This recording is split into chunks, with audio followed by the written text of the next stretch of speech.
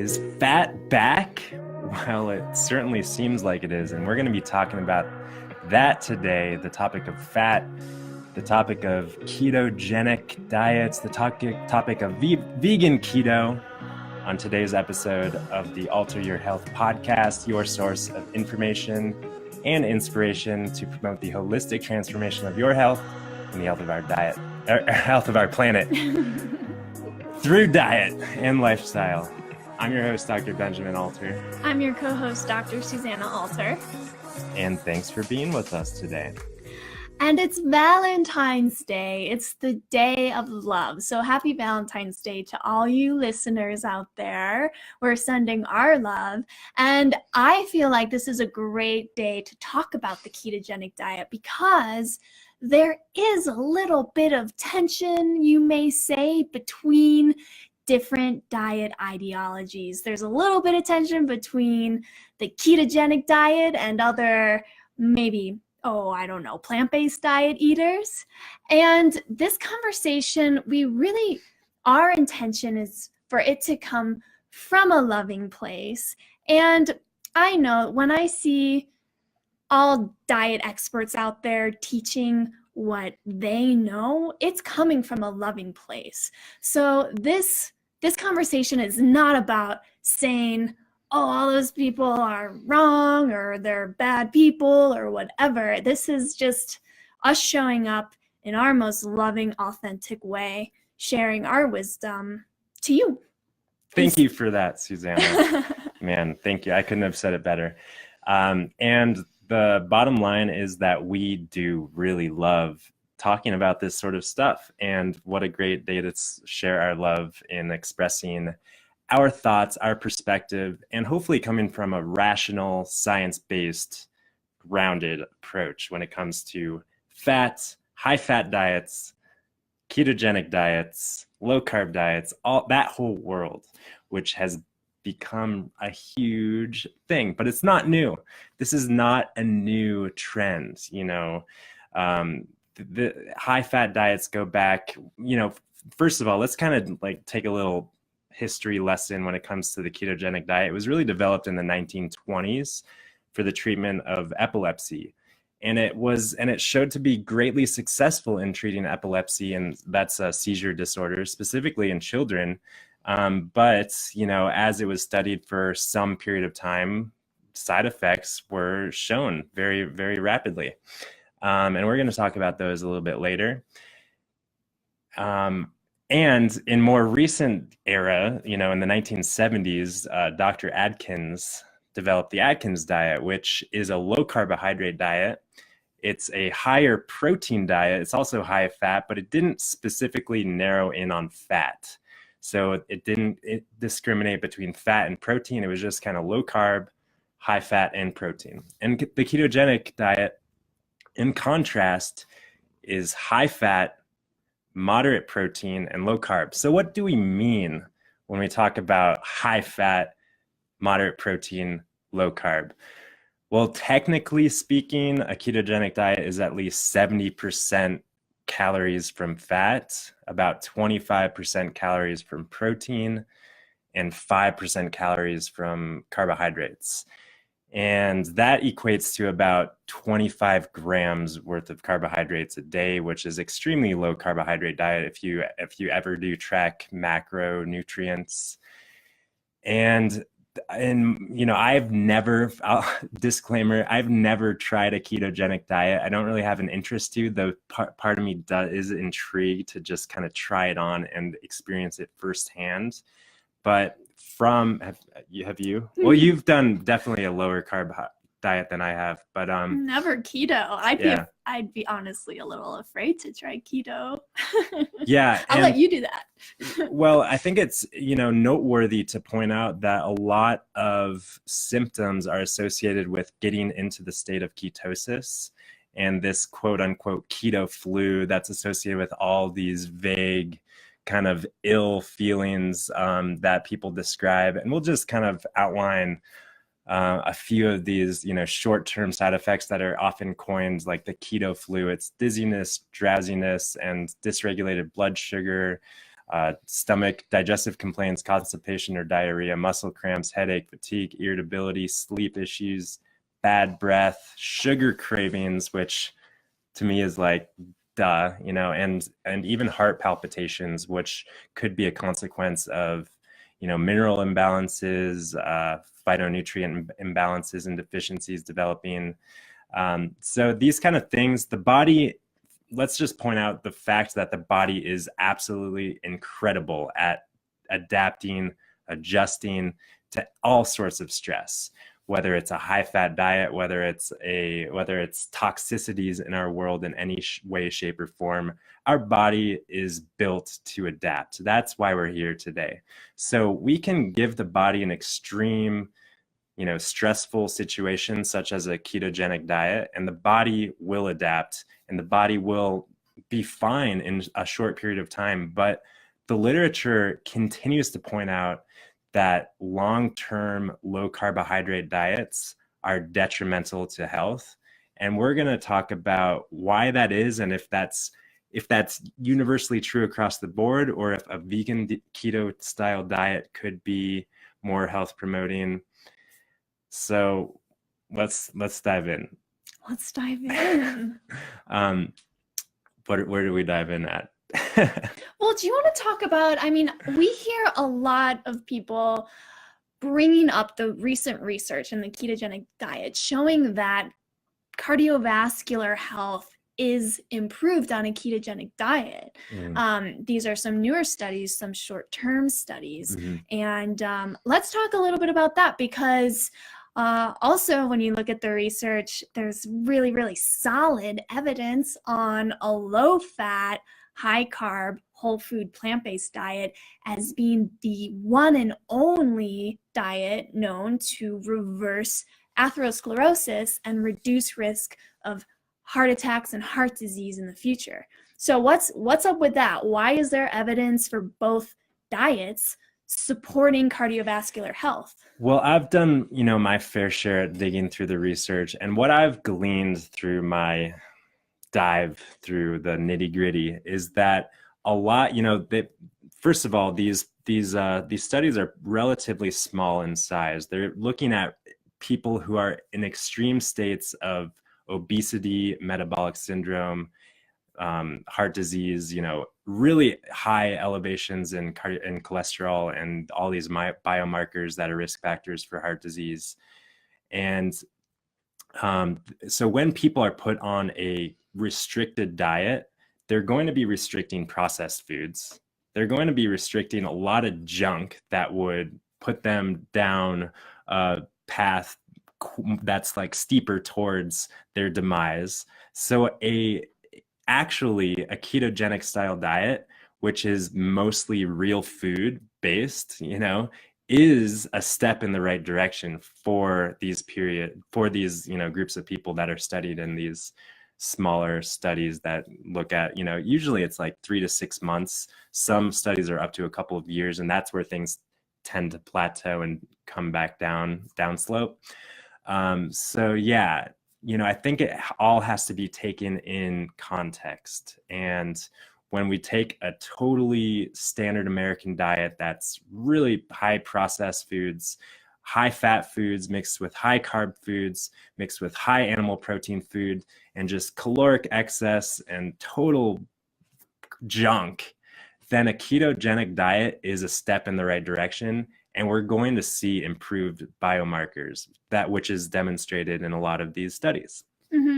Yeah, and also people losing weight and feeling more energetic. Yeah. And these are all great short-term effects that people do feel when they transition onto a ketogenic diet, because like what Ben said, it will be a whole food diet, which more or less any kind of whole food diet is going to be better than a diet that is filled with lots of processed foods. Yeah, well, it's typically not a whole food diet, but it's typically real food.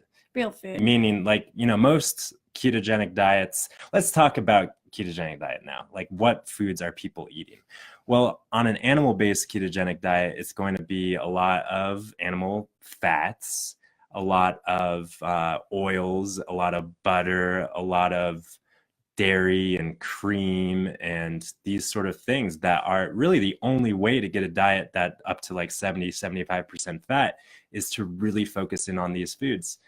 And I'll just point out that, animal protein, we'll call it, like a steak or chicken breast or a piece of fish, it's really going to be mostly fat, and it's like a mixture of fat and protein. It's impossible to get a cut of meat that's like really high in fat and really low in protein. Even a chicken breast that's like a boneless, skinless, like, low fat, lean meat is going to be like 40% fat. So, we're on a ketogenic diet. People can't even eat a chicken breast, probably. That's too much protein. So people are going to have to like, they focus on the bacon. That's why they focus on the bacon. If they do cook meat, they make sure to cook it in a lot of oil because we really need butter, the fat calories. So these are obviously animal products that we're talking about that carry their own risk factors. Let's just point out that any animal product, especially dairy, which is a staple in a non-vegan ketogenic diet, these products are going to accumulate all sorts of toxins from our environment. So not only are we going to get the extreme amounts of saturated fat, which we're going to tweeze apart from unsaturated fats in just a few minutes, but we're also getting huge amounts of environmental pollutants and toxicants that further damage our bodies, really through affecting the way that our liver is functioning and our liver's detoxification pathways. Mm-hmm. So that's kind of an animal-based ketogenic diet. Mm-hmm. It's gonna be focused on those things that are gonna accumulate in our bodies, and we're going to reach a plateau at some point. And just to note, these ingredients are also known carcinogens, mm-hmm. and I think it's interesting that fact is so brushed aside. Mm-hmm. When we're talking about a ketogenic diet. So just another little food for thought there. The other really important thing is that a ketogenic diet is vegan or non-vegan. A ketogenic diet is going to be inherently really low in fiber. And because fiber only comes from plant foods, in order to eat fiber, unless you're taking like a fiber supplement, you're going to be eating carbohydrates. So fiber is going to be restricted or, eliminated in a ketogenic diet. And the consequences of that are immense when we think about the health of our microbiome. Mm-hmm. Our microbiome is fed from these plant-based fibers. Fiber only comes from plants, and our health of our microbiome is dependent on these fuel sources for the microbiota in the gut. And low fiber diets, with like a ketogenic style diet or a standard American diet, is one of the biggest risk factors for colon cancer. Mm-hmm. So, and probably most types of cancer. So, and other GI issues, and diverticulosis. Yeah. Mm-hmm. So switching a little bit to like a vegan keto diet, what would that entail? That would entail certainly a lot of plant-based oils like coconut oil, olive oil, avocado oil, thanks, walnut oil. Any oil is probably going to be a staple in a vegan keto diet, as well as probably avocados, olives, nuts, coconut, these sort of things. I'm sure that a vegan keto diet hopefully also includes lots of greens. Probably an animal-based diet, a healthier animal-based ketogenic diet is also going to incorporate a lot of greens as well. Mm-hmm. But I think there's a limit to how many greens people can eat, because greens do have carbohydrates in them.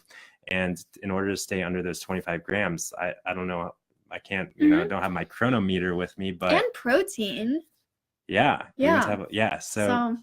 So ketogenic diet is inherently going to restrict these sort of healthy, health promoting foods. So what else would be a staple in a vegan keto diet? I think that's it, honestly. I don't know. Quite honestly, it sounds pretty boring and oily. There are other low starch vegetables, like I think cauliflower is a very Yeah. low starch, low carbohydrate Hmm. veggie that is pretty popular in the keto world. But um, yeah, that's about it. So the consequences of a vegan keto diet versus a animal-based keto diet. Well, the animal-based keto diet is going to have larger amounts of saturated fat in it. And the vegan keto diet is also going to have good amounts of saturated fat in it because whenever we concentrate a fat, there's going to be a good amount of saturated fat. Even olive oil and these like quote unquote polyunsaturated fats are going to have saturated fats in them as well. And certainly in animal-based products, there's higher degrees, higher percentages of saturated fats. And what's the deal with saturated fat? Well, it is certainly a controversial thing. For some reason, it's still controversial, but saturated fat leads to elevations in blood lipids, like universally. That's been kind of shown to be true across the board in many cases and many times. So the reason why that is because saturated fat and pretty much all fat in general and pretty much everything we eat in general goes to our liver, and our liver has cholesterol or cholesterol receptors. And when our liver can't handle all of the fat and cholesterol that we're taking in from our diet, that is kind of spilling over, and we try to excrete that through the body, through the bowels, and primarily. But there's a limit to how much we can excrete, how much of these saturated fatty acids and cholesterol that we can secrete, so that the end result is elevation of these kind of blood proteins and lipids in our blood. Mm-hmm. And that leads to a picture that we can call like thick blood syndrome that we've talked about a little bit before, which is essentially a risk factor for all sorts of disease. And the reason why that is because our health is dependent on getting oxygen and nutrients to our cells, to all the nooks and crannies throughout our body. And there's little teeny blood vessels that carry this oxygen and nutrients to all corners, every cell of our body. And if we have thick blood that's thick with fats and proteins and all these things that are kind of overflowing from our nutritional intake, then our blood isn't going to be able to perfuse all these microvascular, systems and get to the important cells that require those nutrients and that oxygen to heal. So it becomes a real issue. Mm-hmm. Yeah, I want to touch on saturated fat a little bit later when we talk about the liver cell toxicity, but Yeah. But yeah, will you kind of talk a little bit about what this study is that people are citing about the ketogenic diet supporting cardiovascular health? I think it's really important that we address that, because a lot of people ask us like, well, haven't you read? Haven't you read? And it's like, yeah, we have read, and this is what we think. You mean the one that we already talked about, like the taking the high, really people with really elevation? Yeah, well, I mean, let's talk about the specifics. Like, what is it actually saying here?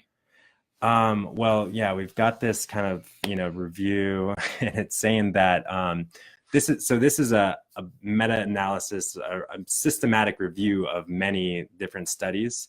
And it says that the ketogenic diet may be associated with improvements in cardiovascular risk factors such as obesity, type 2 diabetes, and HDL cholesterol levels. Not LDL is, usually goes the other way. LDL usually elevates on a ketogenic diet. But these effects are usually limited in time. That's like that should be the highlighted thing. As ketogenic diets are often rich in fats, some negative effects could happen. And then it talks about rodents. Nevertheless, many subjects contemplating such diets are overweight or obese at baseline, and even a moderate weight loss could be metabolically beneficial for them. So this is talking about like, some period of ketogenic diet could be helpful just to get people to a healthier weight. But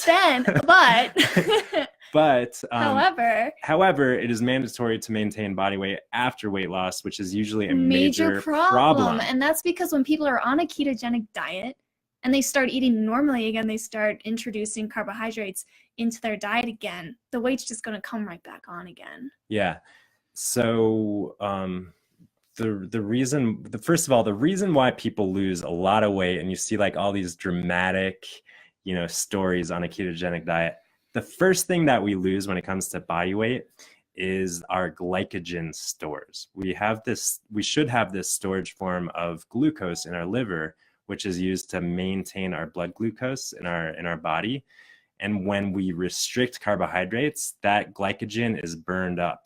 And that glycogen is, it contains a lot of water molecules. When we break down glycogen, we release a lot of water. So essentially, in the first week to two that people are on a ketogenic diet, they lose lots of water weight, and people feel a little lighter, and but that's not their fat that's being burned. The fat burning, if you guys have heard anything that we've talked about with regard to nutritional biochemistry, the body is always, going to be burning carbohydrates when we have carbohydrates available. And so that's why a ketogenic diet requires such a tiny amount of carbohydrates, so that our body is forced to burn fat for fuel. And the body can do that. And I wanted to talk about the healthiest ketogenic diet that we can all take advantage of, and that's fasting. And our body is able to burn fat as fuel because throughout our human evolution, we have been in periods of time where we've been calorically restricted for days to weeks and longer. And humans have survived and evolved mechanisms to burn fat as fuel, specifically to overcome these periods of starvation. So we store, energy in our bodies as fat, and we can burn that fat as fuel when we're starving. That doesn't mean that it's healthy to turn on this mechanism artificially by restricting our primary fuel source. Mm-hmm. We are essentially creating a starvation state in the body through adopting a ketogenic diet, but not a healthy starvation state, a starvation state that it has excessive amounts of unhealthy fats and cholesterol and toxicants, while jamming up our liver and really leading to a long-term metabolic mess. Mm-hmm. So yeah, and I want to highlight some of the ill side effects that this review highlighted. And it was saying that over a long period of time on the ketogenic diet, we see development of NAFLD, which is non-alcoholic fatty liver disease. And then, so that was in a rodent study. In human studies, we see that insulin resistance is a potential negative effect. And insulin resistance is the first step to type 2 diabetes. And the reason why this leads to insulin resistance is because as we eat more and more fats, especially saturated fats, those fats get stored in our muscle cells and our liver cells in particular, and they create something called intramyocellular lipotoxicity, which means this fat is actually toxic to the cell. And how it's toxic is that the fat actually gums up the signaling system between insulin and glucose receptors. So to kind of break that down a little bit, when we are in a fed state, right after we've eaten a meal, our pancreas releases a hormone called insulin. And the primary role of insulin is to talk with the cells so that the cells will bring these little glucose transports into basically the cell wall, so that the glucose molecule you just brought in from your meal can easily get into the cell from the bloodstream. But if that signaling system is all gummed up by a lot of fat, especially saturated fat, palmitic acid is the most toxic, and that one is found in, all animal products, then you are going to create a situation of insulin resistance. Your cells won't know that it's time to bring sugar, glucose into the cell, and then your blood sugar levels are just going to stay elevated. Mhm. And then that has its downstream effects as well. So theoretically, someone on a ketogenic diet can maintain healthy blood sugar levels if they totally restrict carbohydrates to 5% or less, and then they will have insulin resistance, but it won't show. But it won't show. Exactly. But their blood sugar will be, quote, like well managed. They can have insulin resistance but well managed blood sugar. And so that can happen theoretically. That's because they're not eating any glucose. That's because they're not eating any glucose, which when we don't eat glucose, we starve and we develop, chronic diseases. Glucose is the primary fuel source for the human body, and that fuel source is used in every single cell to regenerate, repair, turn over, and ultimately heal the body. So, yeah, food for thought, for sure. Food for thought. There was something else I wanted to say. Well, I'd like to share something because we actually learned one of our favorite teachers in medical school is a plant-based practitioner who really focuses on lifestyle medicine. And although he does, for the most part, recommend a whole food plant-based diet, which is higher in carbohydrates just naturally, I remember learning from him that short little stints of a plant-based ketogenic diet can be really, really helpful in regenerating tissues and healing from chronic diseases.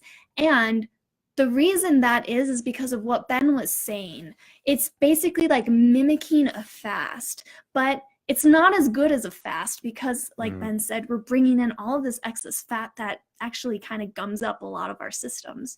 So I just wanted to kind of address that thought that's out there as well.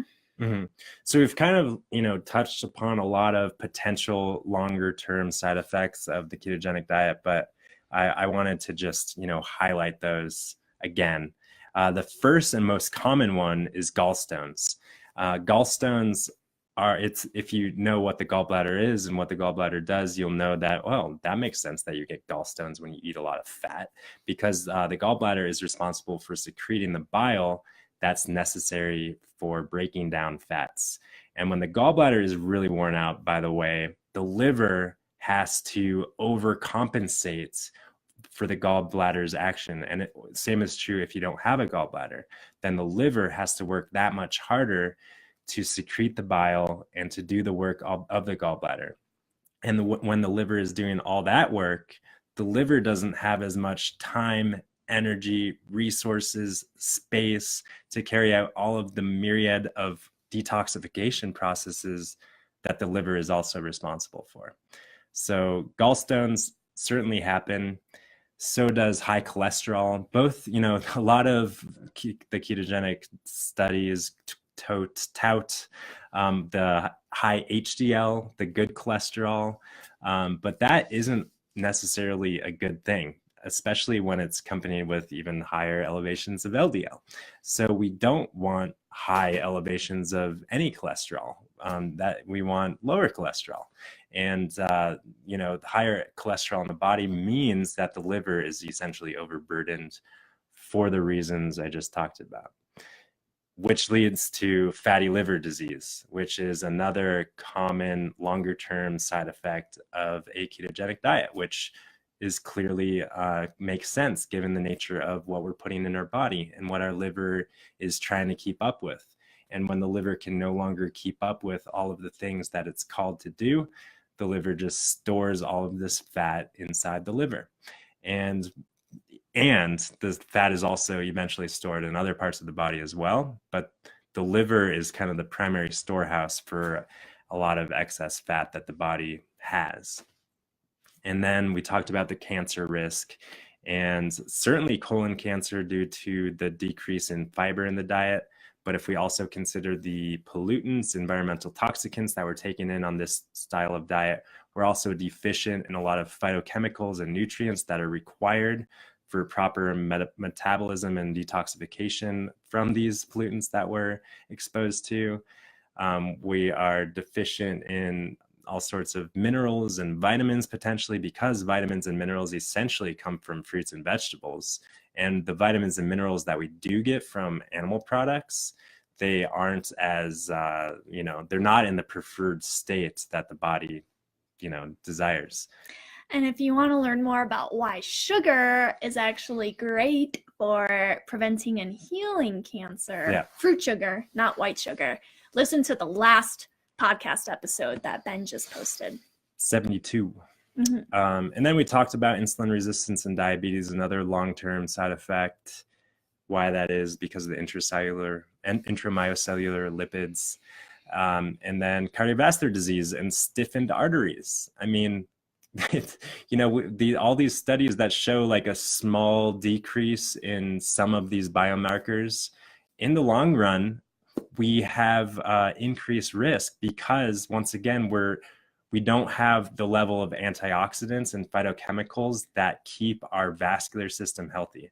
So a lot of people are doing their best. I see, I troll Instagram from time to time. I click on keto and stuff and see what people are eating. And a lot of people are eating lots of green leafy vegetables, which are good, of course, obviously. But I honestly don't think that any amount of green leafy vegetables can really offset the potential harmful effects that all these inflammatory foods has. If that makes sense. And weight gain. Weight gain is another long-term effect. People lose weight, it goes down, people feel really good. Oh, yay, I lost all my water weight, I feel good. Maybe people are really regimented with their ketogenic diet. Oh, and by the way, a ketogenic diet does help people, does help suppress people's hunger, suppress people's appetite. That is one of the, I guess, positive effects, even though I don't really see that as a positive effect. I see that as like it makes me feel like a ketogenic diet makes somebody sick so they don't feel like eating. I think that's really what's happening. But a lot of people who are extreme dieters and really have a strong goal of just losing weight and nothing else, then they see this as a beneficial effect. But in the long term, certainly when people come off of a ketogenic diet, they're going to experience total rebound weight gain. Additionally, because of the liver being clogged up. Yeah, and it actually it would be taking a few steps backward, because the more clogged up the liver is, the harder it is to lose weight. So we really want to keep the fat low to begin with. Yeah. So hopefully we definitely wound our way through this conversation. Like I said, this is really important stuff to me. We love talking about this stuff. I get really fired up. So I'm grateful that Suzanne is here to kind of like around me. So if you guys have any further questions, we'd love to address them at a later time. Thanks for hanging with us, and hopefully this kind of dispels any confusion that might still be out there. I think the take-home message is to disregard all this. No, I don't know. Well, I want to speak about, today we were talking about kind of why we're not super supportive of a ketogenic diet, but we didn't really talk about how do we like to eat? How do we recommend our clients and patients eat to reverse disease and feel their best? And we have a lot of great episodes. We talk about the truth of carbs, the truth about protein, the truth about fat. Those are all previous episodes. There's also lots of great interviews Ben has with plant-based authorities who have years and years of experience working with people who have healed their chronic diseases on a whole food plant-based diet. And we ourselves, we have a group coaching program where we provide all the information and inspiration that you need to know to adopt this kind of way of eating. When you sign up for that, you receive access to all of our archived sessions, and it's almost set up like a course of how to transition into this kind of lifestyle. So we just point you to all those resources. We also have great articles blogs on our blog, and just recommend that you check those out. Yeah, I also want to end by just noting that we're all on this unique journey, and I love just witnessing people in the world. I must say that, I've seen a lot of people who have been on a ketogenic style diet for periods of time, and they finally turn to me and say, like, I'm not going to do that anymore. I'm going to try something else. And it's amazing, a lot of people feel really crummy on a vegan diet. And I think that's because they're not informed on how to eat a vegan diet, or a plant-based diet, whole food plant-based diet. Mm-hmm. But when people are informed on how to eat this way, I've never seen anyone say, oh man, I felt so much better on a keto diet. Yeah. I can speak from experience. Yeah. I tried to go vegan in college and I lost weight. I became anemic. I was fatigued. I thought my constitution can't handle a plant-based diet. Yeah. But when I look back at what I was eating, I was barely getting half the amount of calories and nutrition I needed. So it just goes to show it really matters that that when you transition to a whole food plant-based diet, you're really getting all the nutrition that you need. And when you do, you feel awesome. Yeah, that's our goal.